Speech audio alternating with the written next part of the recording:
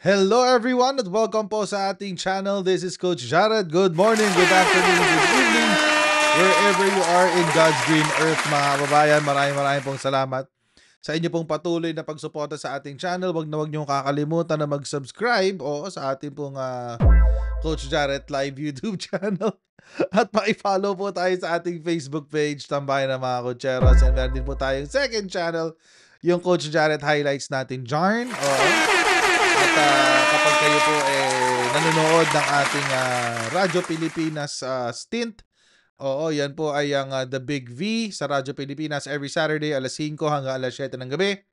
Yun nga sa Radyo Pilipinas 738 sa AM band, Channel 3 sa TV Plus at Channel 45 to 49 sa GMA For the Bucks. Karoon mo kami doon. Every Saturday, 5 to 7 p.m. Kasama ho natin mga kaibigan nating vloggers. Ayan na nga ba mga kababayan. Bago ho tayo magpatuloy mga kababayan sa ating, umpisahan natin yung topic. Umpisahan na ho natin yung topic mga kababayan. Kasi, alam naman natin na recently, napakainit po ng kwentuhan sa flood control. At yung mga kwentuhan po sa flood control, mga kababayan, hindi ho mga maliliit na bagay. We are talking about, ito yung sa top 15 pa lang, yung top 15 na in-expose ng presidente. Pinag-uusapan na natin doon ang higit 500 bilyong piso ang pinag-uusapan doon, mga kababayan. Malupit ho yun, matindi yung kwentuhan doon, mga kababayan. So, alam nyo, dahil nga it's a big deal. And alam nyo kung bakit siya big deal? It's because una, ginagamit yung pera ng bayan. Pangalawa, ginagamit siya sa hindi tamang paraan. Bakit hindi tama? Kasi wala tayong nakukuhang produkto, wala tayong nakukuhang benepisyo doon sa gastos na ginagawa. At bakit wala tayong nakukuhang benepisyo? Kasi ninanakaw yung pera. Tulad po nung nangyari nitong nakaraan sa Kalumpit. Kung saan si PBBM ay nagpunta upang siyasatin ang reports na meron daw ghost project dyan sa Kalumpit, Bulacan. At babalikan lang natin ng konti ang kasaysayan, mga kababayan, kasi nung binalikan po yan, nung pinuntahan po ni Presidente ang proyekto dyan sa Kalumpit, Bulacan, nagalit ang Pangulo. Bakit nagalit? Bakit nagalit kanyo? Mga kababayan, magulat-gulat siya. Sabi niya, ito yung sabi sa balita ng Presidential Communication Office. President Ferdinand R. Marcos has ordered an investigation into the rehabilitation of the river protection structure in Barangay Bulusan, Kalumpit, Bulacan, after uncovering glaring deficiencies despite official reports declaring the work completed. Ito na nga. Ano yung nangyari? Ghost project. Nakasulat ho sa papeles, nakasulat ho sa dokumento, completed na yung project. Pero, nung in-inspeksyon ng Pangulo, wala akong nakatayo. Or hindi tapos yung nakatayo. Hindi ko alam kung saan humugot ang tigas na mukha yung contractor nito. Pero, ganun nga ho ang naganap. Ang sabi pa ng Pangulo, di PBBM, sige, mag-report kayo. Paulit-ulit yung report ninyo. I-report nyo lang sa akin. Report nyo ay Gov, report nyo ay Kong. Lahat ng reportan nyo para alam namin. Para sa press report ninyo. Pati sa press, i-report ninyo para alam naming lahat. Dahil hindi pwedeng ganito. Pambihira. This has been going on for years. Ayan, mga kababayan.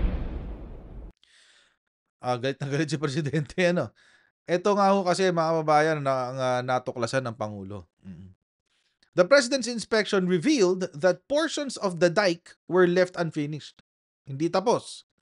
Concrete works were substandard and silt had already built up along the riverbanks, raising questions about the project's quality and oversight. Okay, tatlong problemang nakita. Una, hindi tapos. Pangalawa, substandard yung ginamit na materyales. Pangatlo, mababaw na yung tubig kasi hindi dinedredge. So, mababaw na. kapag mababaw na ho yung tubig, mas mataas, mas mabilis hong umangat ang ilog at mag-overflow. So wala nang kwenta yung embankment, river embankment ba yun? O yun. River protection, ayan, river protection structure. Wala nang kwenta yan kung mababaw na yung ilog. Konting ulan lang, aapaw yun. Dapat nga daw, sabi ni Presidente, ang nakasulat daw sa dokumento, dapat dinedredge yung ilog. Panoorin natin yung balita, mga kababayan. Para makumbinsi ho kayo, maniwala ho kayo. Kasi hindi ho to, lamang, kwentong barbero. Oo. Ito, legit na kwento ho to, mga kababayan. Panoorin natin. Ang gabi, Pilipinas. Bayan dismayado si Pangulong Ferdinand R. Marcos Jr. sa mga nakita sa kanyang pag-inspeksyon sa flood control project sa Bulacan. Inisa-isa pa ni Pangulong Marcos Jr. ang mga nakita niyang problema sa proyekto sa Barangay Bulusan, kaya't ipapatawag ang gumawa nito. Lumalabas din sa sumbong sa Pangulo website na nasa 96.4 million pesos ang halaga ng proyekto. Yan ang ulat ni Harley Valbuena. Kailangan pasagutin natin kung bakit ganitong ginawa nila. Mas mabuti pa, dapat pumunta sila rito, pakita nila gano'ng kahirap ang buhay na binigay nila sa mga kababayan natin. Ito ang hamon ni Pangulong Ferdinand R. Marcos Jr. sa St. Timothy Construction Corporation dahil sa palpak na rehabilitasyon ng river protection structure sa Barangay Bulusan, Kalumpit, Bulacan. Sa kanyang pag-iinspeksyon ngayong Biyernes, nakita mismo ng Pangulo ang napakalaking kakulangan sa proyekto. Kahit batay sa natanggap niyang report, ay completed o tapos na ito. Ito yung revetment wall dito sa Barangay Bulusan at itinayo ito para harangin yung tubig mula sa Pampanga River. Pero kung makikita nyo, hindi ito tinapos at napakahaba pa ng bahagi na walang pader. Patay. Sa datos mula sa sumbong sa Pangulo website, nasa 96.4 million pesos ang project cost ng revetment rehab project sa Barangay Bulusan. Pero nadiskubre mismo ng Pangulo na nasa 200 metro pa ang kakulangan nito. Grabe yun, mga babae. Nabalikan lang natin ng konti, ha. Tingnan nyo naman. 96.4 million pesos ang ginastos. Kasi ang deklarasyon ay completed. So, ibig sabihin, ibinayad na to 96.4 million na to. Ibinayad na yan. 200 meters nung pader, nung revetment wall, hindi pa naumpisahan. Kasi hindi nga tapos Project deficiency, So, 200 metro ang hindi itinayo ng St. Timothy Construction Corporation. Shout out sa mga Diskaya. Sa kanila yan Sa kanila yung St. Timothy na yan Imagine, nag-uwi ka, inuwi mo sa inyong bahay, ipinambili mo ng pagkain, yung ipinang-scam dito sa revetment wall na to. I would call it a scam kasi alam nyo, mga kababayan, kapag ikaw ay pumasok sa isang kontrata at hindi mo ginawa ang iyong parte, ang parte mo sa kontrata, ano tawag sa'yo? Scammer. Scammer ka. Hindi mo ginawa yung parte mo sa kontrata Scammer. Yun ka. So, St. Timothy Construction Corporation ay in-scam ang gobyerno. Oo. Hindi lang yun. In-scam din pati ang mga taong nakatira sa paligid nitong Barangay Bulusan. Bakit? Ang ipinangako sa kanila ay 200 metro mahigit ng revetment wall para protektahan ang kanilang mga ari-arian, ang kanilang mga buhay, ang kanilang mga hanap buhay, para protektahan laban sa pagragasa ng ilog dyan sa Barangay Bulusan. Anong napala nila? Wala. Wala silang napala. Buti na lang may nagsumbong sa Pangulo. Buti na lang umubra yung website ni Presidente. Anyway, tuloy natin. Ang kakulangan nito, nagpadala rin ang Pangulo ng ilang scuba divers sa lugar at sa kanilang pagsisid ay natuklasan ang mahinang pundasyon ng ginawang river wall. Dismayado rin ito sa kabiguan ng St. Grabe, Timothy na magsagawa ng dredging at desiltation. Nakita nyo ba? Ang babaw na, natubuan na ng yung lupa, natubuan na ng halaman. Ganong katagal sila hindi nagdidisil. Pero sa record nakalagay, disilted. Ang tira. Kaya naman kahit Galit ilang na linggo si na ang Presidente. nakalipas mula ng manalasa ang magkakasunod na bagyo at habagat, lubog pa rin sa baha ang ilang bahay. Grabe. Nagrereklamo na rin ang ilang residente dahil sa matinding baha kapag malakas ang ulan at kapag high tide. Agos dito, tsaka yung dyan sa may patubig na yan, malakas ang agos yan, kaya nilalagyan ng yero. Kasi yung mga nakatira doon sa loob, kawawa po. Ngayon lang nangyayari yung sunod-sunod na laki ng tubig na ganyan. Dati hindi naman ganyan eh. Hinggil dito, ipatatawag na ng Pangulo ang St. Timothy Construction Corporation upang pagpaliwanagin kung anong nangyari sa proyekto at kung saan napunta ang halos 100 milyong pisong pondo. Samantala, nagpadala rin ng liham sa Pangulo ang isang residente ng Kalumpit upang ireklamo ang umano'y paggamit ng substandard materials sa Nila. itinayong dike sa kanilang lugar. Hinikayat naman ng Chief Executive ang publiko na patuloy na i-report ang mga irregularidad sa flood control project sa kanilang lugar sa pamamagitan ng sumbong sa Pangulo website. Harley Valbuena para sa Pambansang TV sa Bagong Pilipinas. Ayun. Yun na nga ang nangyari, mga kababayan. Take note ha, ito po ay nangyari, itong balita na to ay nai-ere noong August 15. So medyo matagal na. Medyo matagal na, higit 2 linggo na or almost 2 weeks. Oo. Apparently, mga kababayan, may update. May update ho dito sa flood control na ito na itinayo. Itong flood control na ito na nang scam sa mga Pilipino. Itong flood control na ito na nang scam sa gobyerno ng ating bansa. Ano yung update? Ito ho. Ghost project sa Bulacan, pinondohan ng Duterte administration. Ayan na tayo, mga kababayan. Papunta na tayo sa exciting part. Panahon pa pala ni Rodrigo Duterte yan. Oo.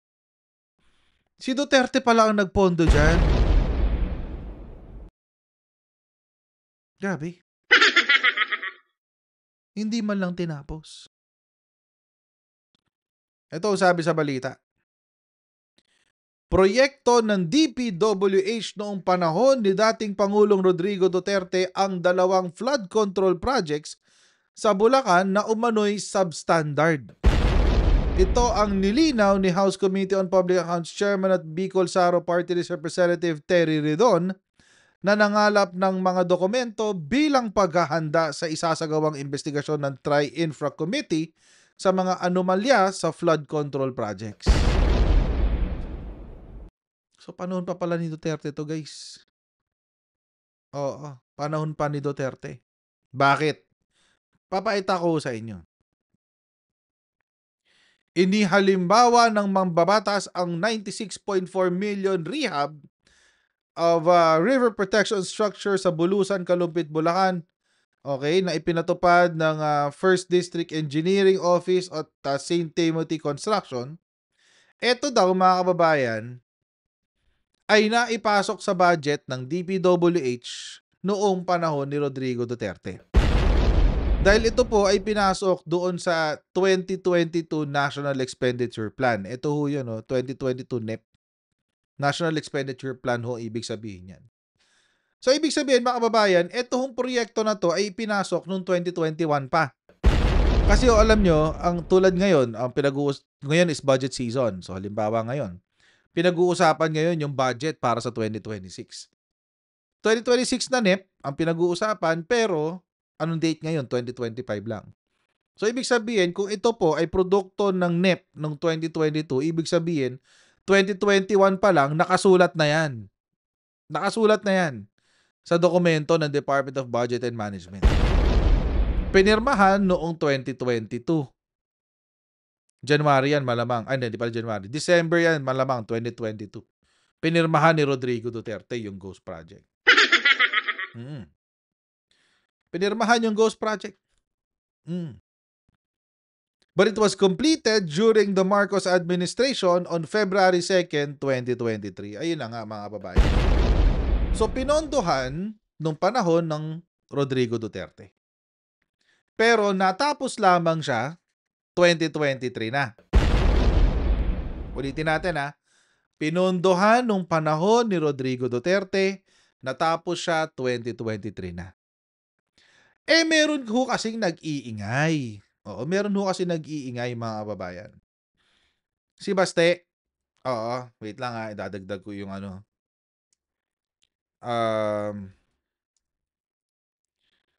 Yung isang article, di ko na isama dito eh. Ito kasi yung sinabi ni Baste. Ang sabi ni Baste, if there is someone to be blamed, that would be him. Oo, sabi ni Baste Duterte. Kung meron daw tayong sisisihin dito sa flood control snafu o dito sa problema natin sa flood control corruption, dapat daw si PBBM ang sisisihin. Bakit? Ang sinabi ho niya kasi, eto. Sabi ni Baste, pinayagan daw ng presidente na mangyari ito. He allowed this to happen for the past 3 years. You are the president. You signed the budget. And now you're shifting the blame to others under your leadership. Sabi ni Baste. Sabi ni Baste yan ha. Pinirmahan ni pinirmahan daw ni Digong yung budget eh. Pinirmahan daw ni PBBM yung budget for the past 3 years. Tapos ngayon, dahil nabulilyaso yung budget, dahil nagkaroon ng ghost project, dapat daw sisihin natin si PBBM kasi siya daw yung pumirma sa budget. Sabi ni Baste. Okay, ngayon mga kababayan. Let's use his same logic. Gamitin natin yung lohika niya against him. Yung ghost project sa Bulacan ay pinirmahan ni Rodrigo Duterte noong 2021. Ulitin natin ha. Ito ay ang logic ni Baste. Si Rodrigo Duterte ay pumirma sa 2022 General Appropriations Bill. Malamang sa malamang noong December yan. Okay. Ngayon, yung General Appropriations Bill ay galing, ang pinanggalingang dokumento niyan, ay ang 2022 National Expenditure Plan o ang 2022 na NEP. Oo.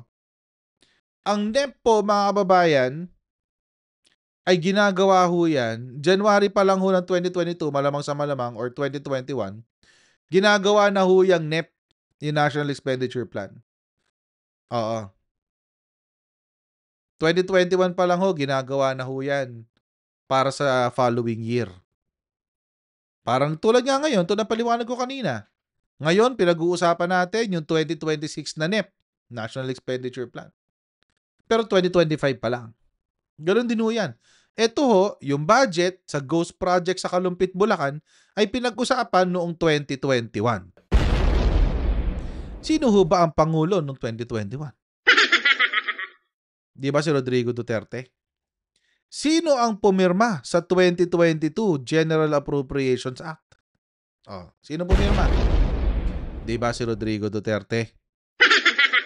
So kung susundan natin ang lohika ni Baste Duterte, pinayagan ni Rodrigo Duterte yung proyekto si Kalumpit, Bulacan.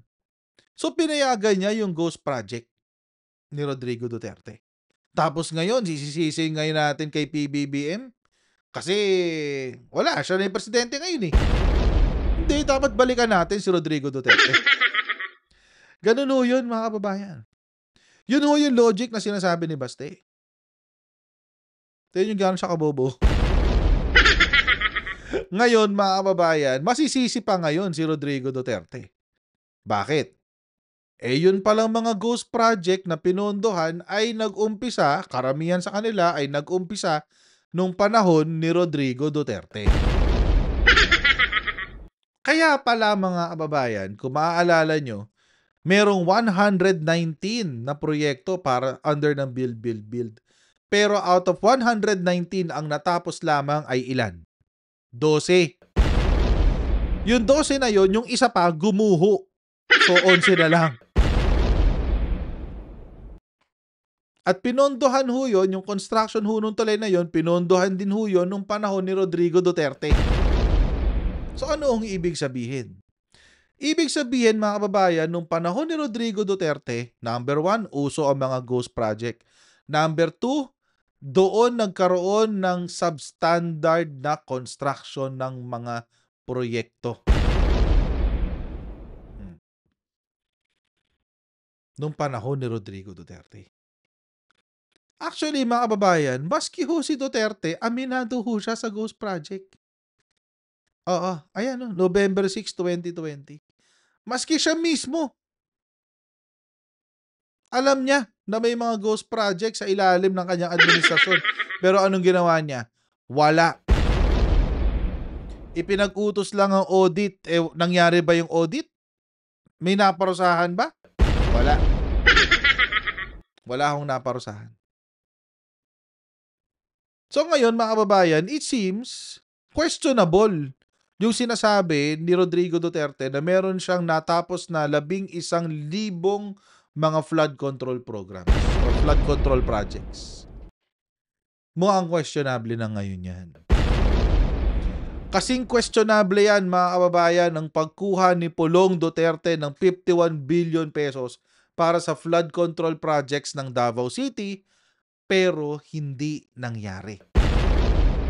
Bakit? Na-fact check sila every time umuulan eh. Tuwing umuulan sa Davao City, baha ng baha eh.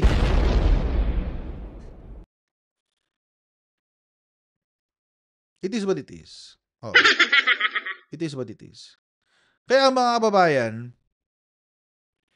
it seems parang masyadong nilimitahan ni presidente yung pagre-report ng mga proyekto na sumablay. Nasablay na proyekto, no? Mga nalimitahan niya ng sobra kasi ang sinama lang niya ay yung sa panahon niya 2022. Simula July 2022 moving forward hanggang present.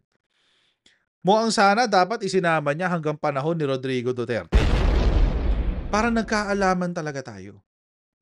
Kasi nung panahon niya, binibuild up niya, sinasabi ni Rodrigo Duterte na siya ay nakapagtapos, nakakompleto ng 1,000 mahigit na flood control programs. Completed daw.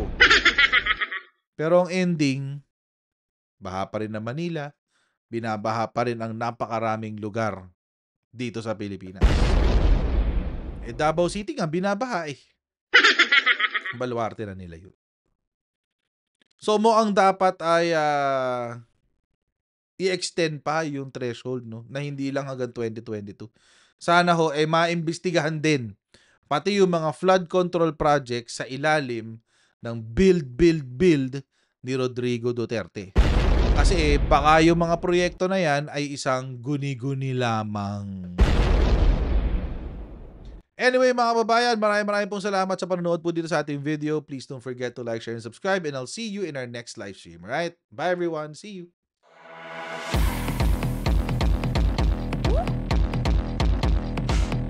Pag ganun, huwag natin gawing tanga mga Pilipino. Mas maganda kasi nasa lugar ka ng tama kaysa yung pinipilit mo yung pagkakamali.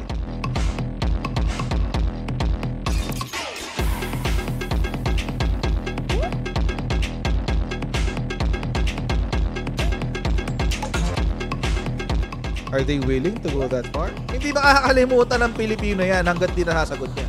Sino ngayon nagsasabi ng totoo?